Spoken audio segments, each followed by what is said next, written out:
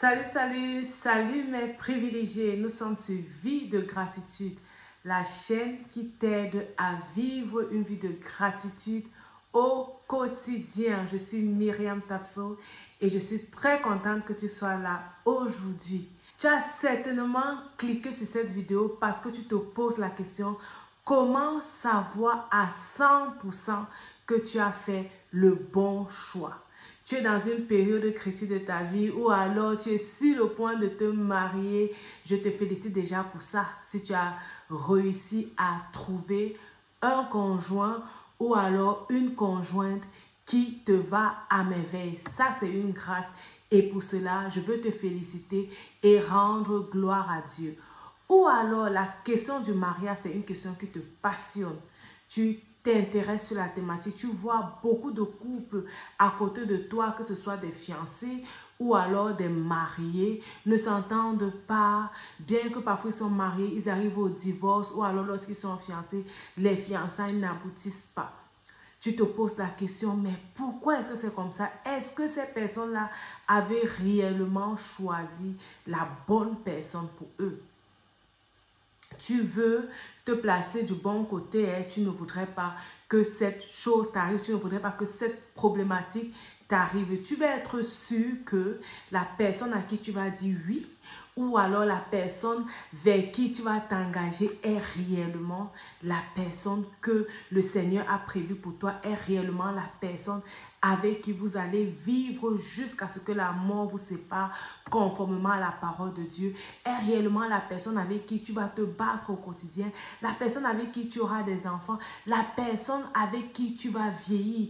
Tu veux en être sûr à 100%. Alors, installe-toi bien parce que dans cette vidéo, nous allons aller au détail et nous allons voir comment savoir si le choix que nous sommes sur le point de faire, si le choix que tu es sur le point de faire est effectivement le bon choix. Ce que je vais déjà te dire, si tu es ici, tu sais que je suis chrétienne et j'encourage avec la parole de Dieu. Ok? Si tu veux être déjà sûr que tu as fait le bon choix, tu dois être sûr que la personne avec qui tu es sur le point de t'engager est réellement une personne qui craint le Seigneur.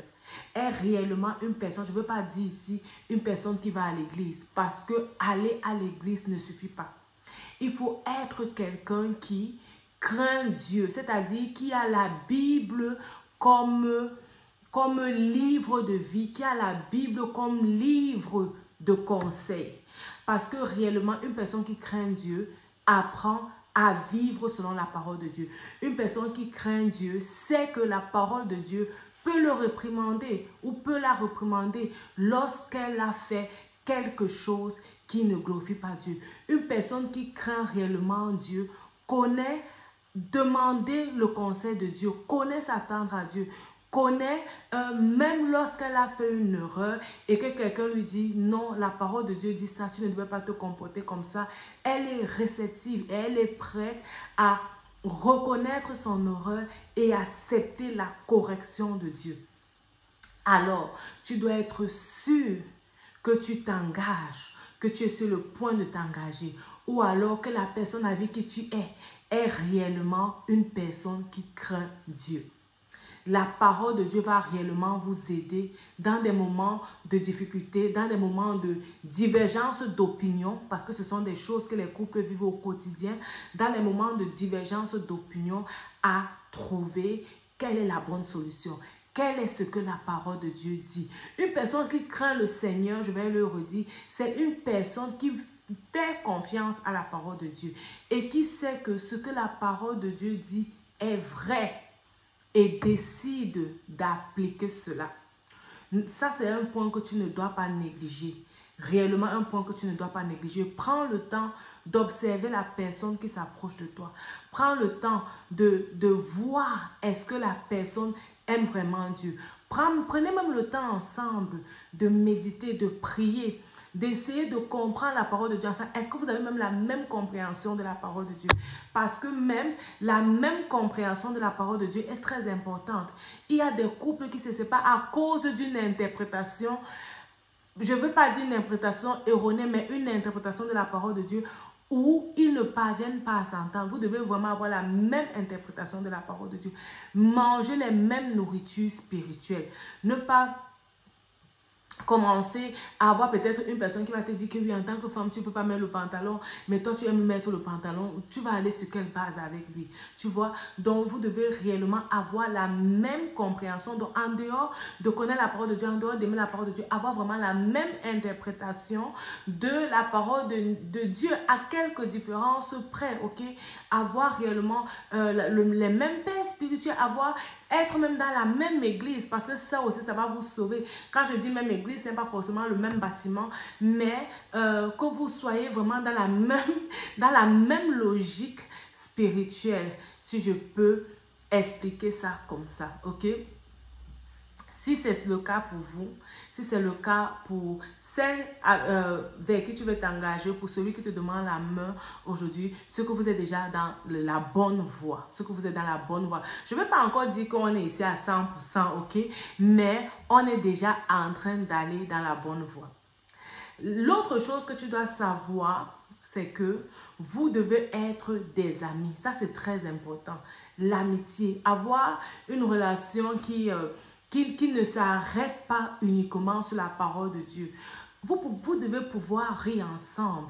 Vous devez pouvoir partager des bonnes choses ensemble, aussi des mauvaises choses.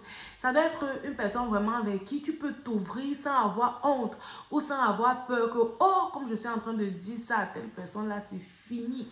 Tout le quartier sera au courant, tout le monde, toute l'église sera au courant et tout. Non, tu dois vraiment avoir une personne de confiance vers qui tu peux t'ouvrir, vers qui lorsque plus tard tu seras nu, tu n'auras pas de difficulté, vers qui vraiment tu n'as pas besoin de te cacher, tu n'as pas besoin de faire semblant, tu vois. Parce qu'il y a des personnes, souvent, ils sont dans les relations, mais ils font semblant. Tu es une fille, tu ne t'es jamais présentée sans maquillage, par exemple, à la personne qui te fréquente, qui veut t'épouser. Tu ne t'es jamais présentée sans maquillage, ou même quand tu pars là-bas, tu fais toujours l'effort. C'est vraiment l'effort. Ce n'est pas que tu es peut-être une fille ordonnée et propre de nature, mais tu fais vraiment l'effort toujours d'être propre, toujours d'être ordonnée, tu vois. Quand maintenant la personne va connaître ton bon côté, ton vrai côté, que vraiment tu n'es pas une personne comme ça va créer beaucoup de problèmes.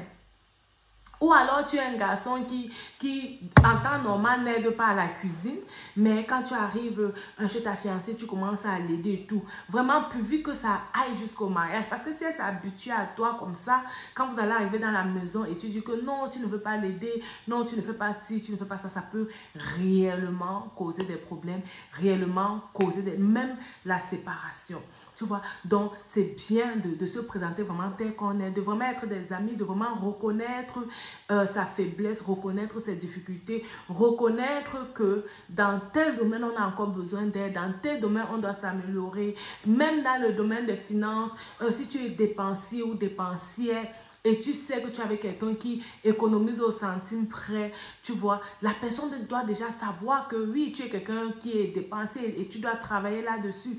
Ensemble, vous pouvez travailler là-dessus, pas que c'est après que vous vous mariez que la personne se rend compte que, en fait, tu faisais semblant pendant la relation parce que tu voulais être marié et tout. Ou bien parce que tu voulais à tout prix épouser cette soeur, tu faisais semblant. Vraiment être des amis, se présenter tels que nous sommes, et ça va réellement nous aider parce que dans le couple, après, il y a aussi des moments où peut-être le héros n'est plus là.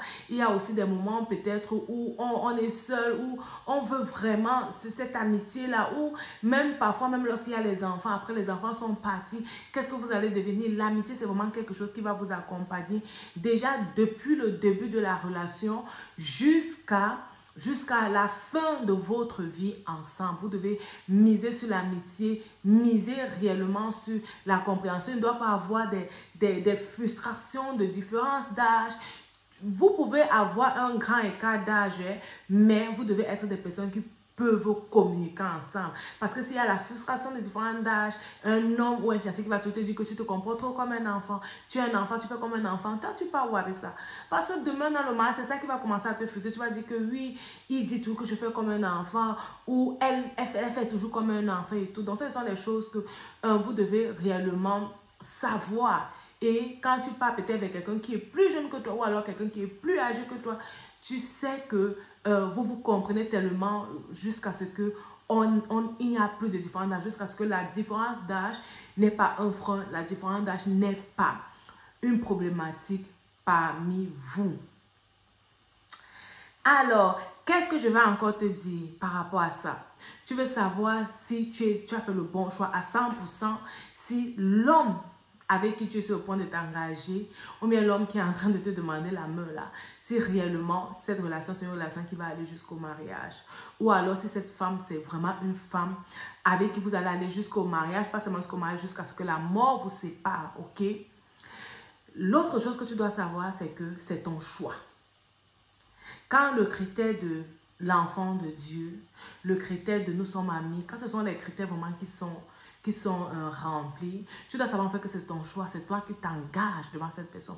Lorsque Adam a vu Ève, même après, lorsque le péché est venu, il a voulu désister. Lorsqu'il a vu Ève, il a dit que voici cette fois-ci, c'est qui l'os de mes os et chair de ma chair. Et il s'est engagé, tu dois t'engager. La Bible dit que ton oui soit oui, je vais te mettre la référence là. Que ton oui soit oui et ce qu'on ajoute vient du malheur. Lorsque tu as dit oui, tu dois savoir que j'ai dit oui, je me suis engagé. C'est une décision que je suis en train de prendre. Je suis en train de prendre une décision pour les bons et les mauvais moments. Ok? Et je dois être responsable de ma décision. Je dois assumer mon choix. Et que ce soit bon ou mauvais, je dois assumer parce que en fin de compte, c'était mon choix. Je n'ai pas été imposé. Le choix ne m'a pas été imposé par une prophétie. Le choix ne m'a pas été imposé par un rêve. Quelqu'un qui a dit qu'il a rêvé, nous a vus. Peut-être c'est toi-même qui as rêvé, donc c'est moi-même qui ai rêvé, donc c'est Dieu qui m'a dit et j'ai accepté ce que Dieu m'a dit. Nous, tu dois vraiment être prêt à accepter ton choix et assumer ton choix. Ça va faire que lorsque les moments difficiles vont arriver, où le senti ne sera plus vraiment là, tu dois savoir que non, j'ai choisi cette personne. Je me suis engagée avec cette personne. Je veux assumer le choix que j'ai fait. Je veux assumer ma volonté. Je veux assumer. Même si c'est quelqu'un qu'on t'a présenté, parce que parfois il y a des gens qui vont dire que oui, on m'a présenté mon mari, je n'ai rien trouvé de mauvais et je suis mariée, ou bien je n'ai rien trouvé de mauvais à cette personne, j'accepte sa proposition. Oui, sache que le fait que tu acceptes sa proposition, c'est une responsabilité, c'est ta responsabilité. Et alors tu as accepté cette proposition, tu dois l'assumer. Dans les bons comme dans les mauvais moments, tu dois l'assumer. Beaucoup de couples aujourd'hui ne sont plus prêts à assumer leurs décisions. Beaucoup de personnes ne sont plus prêts à assumer. Et on va trouver des raisons par-ci et par-là. Des raisons comme il n'y a plus l'amour, on ne passe plus ensemble, on ne s'entend plus et tout. Vous devez assumer votre choix. Et lorsque les difficultés viennent, se rappeler que c'était une décision que j'avais prise. C'était un choix que j'avais pris et j'étais responsable lorsque je prenais ce choix, je l'assume. C'est pourquoi je vais supplier vraiment les parents ici à apprendre aux enfants déjà à prendre eux-mêmes des décisions. Même lorsqu'ils sont dans le bas âge, apprendre aux enfants à prendre des décisions et apprendre aux enfants à assumer déjà leurs décisions. Et dans le cadre du mariage, vraiment, ne nous précipitons pas en tant que parents pour faire le choix pour nos enfants. Même lorsqu'on pense que quelque chose peut être bien pour eux, on peut les conseiller et vraiment les laisser prendre eux-mêmes leur engagement. Parce qu'en fin de compte, ce n'est pas nous les parents qui allons vivre avec les conjoints, ce sont ces enfants-là. Donc, conseillons nos enfants, prions pour eux et laissons-les faire des choix. C'est ton choix, tu t'engages dans ton choix, tu suis ton choix et tu acceptes ton choix. Et le dernier conseil que je vais te donner, c'est le top des tops, ok? Le dernier conseil, c'est le top de top. En fait, tu dois prier pour ton choix. Tu dois prier pour ton choix. Pourquoi est-ce que tu dois prier? La prière revient toujours. Parce que personne ne sait de quoi demain sera fait. Même l'homme là qui vient s'engager à toi, si tu es une soeur et qui m'écoute, même l'homme là, il ne sait pas comment il sera. Il ne sait pas comment il va réagir quand il va commencer à avoir des enfants. S'il ne travaille plus, il ne sait pas comment il va réagir quand il va travailler. Il ne sait pas comment il va réagir quand il sera chef. S'il a une promotion au travail parce que tu amènes la grâce dans sa vie, il a une promotion. Il ne sait pas comment il va réagir quand il aura la promotion. Et même toi en tant que femme, tu ne sais pas comment tu vas réagir quand tu seras mère. Peut-être que tu vas donner plus la priorité à tes enfants plus qu'à ton mari. Peut-être même tu vas donner plus la priorité à ta famille plus qu'à ton mari. Tu ne sais pas comment ça va se passer. Quand tu vas te marier, tu ne sais pas ce qui va se passer dans 5 ans, dans 10 ans, dans 20 ans et plus. Ça peut être un cas de maladie qui vient vraiment secouer le couple. Une difficulté qui vient vous secouer. C'est pourquoi vous devez prier. Vous ne pouvez pas négliger la prière. La seule personne qui va rassurer que cette relation-là puisse aller jusqu'à ce que la mort vous sépare, c'est Dieu. C'est effectivement Dieu la seule personne qui peut rassurer cela. C'est pourquoi vous devez beaucoup prier. Priez ensemble et priez de façon individuelle. Lorsque vous êtes déjà en train de vous engager, prenez l'habitude de prier ensemble. Priez ensemble et priez de façon individuelle.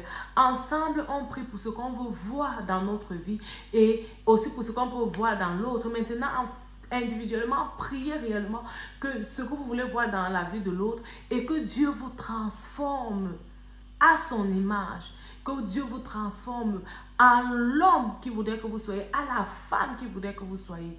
Donc vous devez réellement prier et prier ensemble. Ça c'est réellement le top des tops. Quand vous le faites, je vous rassure, même l'ennemi ne peut pas vous séparer. La Bible dit que soyez prudents, vigilants, car vous traversez le diable rôde comme un lion rugissant.